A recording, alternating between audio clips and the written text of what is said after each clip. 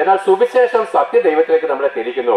തെരുവോരങ്ങളിലും എല്ലാ ദിക്കുകളിൽ നിന്ന് യേശുക്രിസ്തുവിനെ പറ്റി പ്രസംഗിക്കുമ്പോൾ അവൻ സത്യദൈവവും നിത്യജീവനുമാണെന്ന് വെളിപ്പെട്ട് വന്നവനായതുകൊണ്ട് ഇവനാൽ അത്ര ലോകം സൃഷ്ടിക്കപ്പെട്ടതെന്ന് നമുക്ക് ബോധ്യമാകും.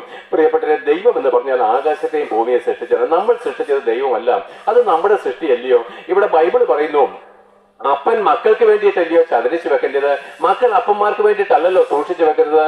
അങ്ങനെയാണെങ്കിൽ ദൈവത്തിന് വേണ്ടി നമ്മളൊന്നും കൊടുക്കേണ്ട, ദൈവം നമുക്ക് വേണ്ടി എല്ലാം തന്നു കഴിഞ്ഞിരിക്കുന്നു. നോക്കുവിന് ഭക്ഷണം, വായു. നമ്മൾ ഈ വസ്തുവില് ഈ മണ്ണ് കിളച്ച് ഒരു ഫലം, ഒരു സീഡ്സ് അതിനകത്ത് ഇട്ടു.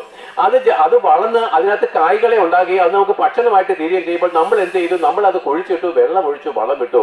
പ്രിയപ്പെട്ട, അത് വളരുമാറാക്കുന്നത് ദൈവമല്ലയോ? അപ്പൊ ഇത്ര അത്ഭുതകരമായിട്ട് ഓരോന്നിനെയും നിയന്ത്രിക്കുകയും സൃഷ്ടിക്കുകയും ചെയ്യുന്നത്. നമുക്ക് സമുദ്രത്തിന്റെ അടുക്കലേക്ക് ചെന്ന് അവിടെ നോക്കിയ തിരമാലകൾ ആർത്താർത്ത് കരയിലേക്ക് അടിച്ചു കയറിയപ്പോൾ കർത്താവ് പറയാണ്, ഈ തിരമാലകളെ മതി, ഇത്രത്തോളം മതി, ഇതിനിപ്പുറത്തേക്ക് വരുന്നതെന്ന് പറഞ്ഞ് ആ തിരമാലകൾക്ക് മണൽത്തരികൾ കൊണ്ട് അതിരിട്ടവനാര്? അവനാ ദൈവം. ഈ ആകാശത്തെയും ഭൂമിയെ സൃഷ്ടിച്ചവനും സമുദ്രത്തെയും നീരുള്ളിൽ സൃഷ്ടിച്ചവനുമായിരിക്കുന്ന ഈ യേശുക്രിസ്തുവിനെ, പ്രിയപ്പെട്ടവൻ 2000 വർഷങ്ങൾക്ക് മുമ്പ് മറിയയുടെ സന്തതിയായിട്ട് ജനിച്ചു എന്ന് മാത്രമേ പലർക്കും അറിയത്തുള്ളൂ.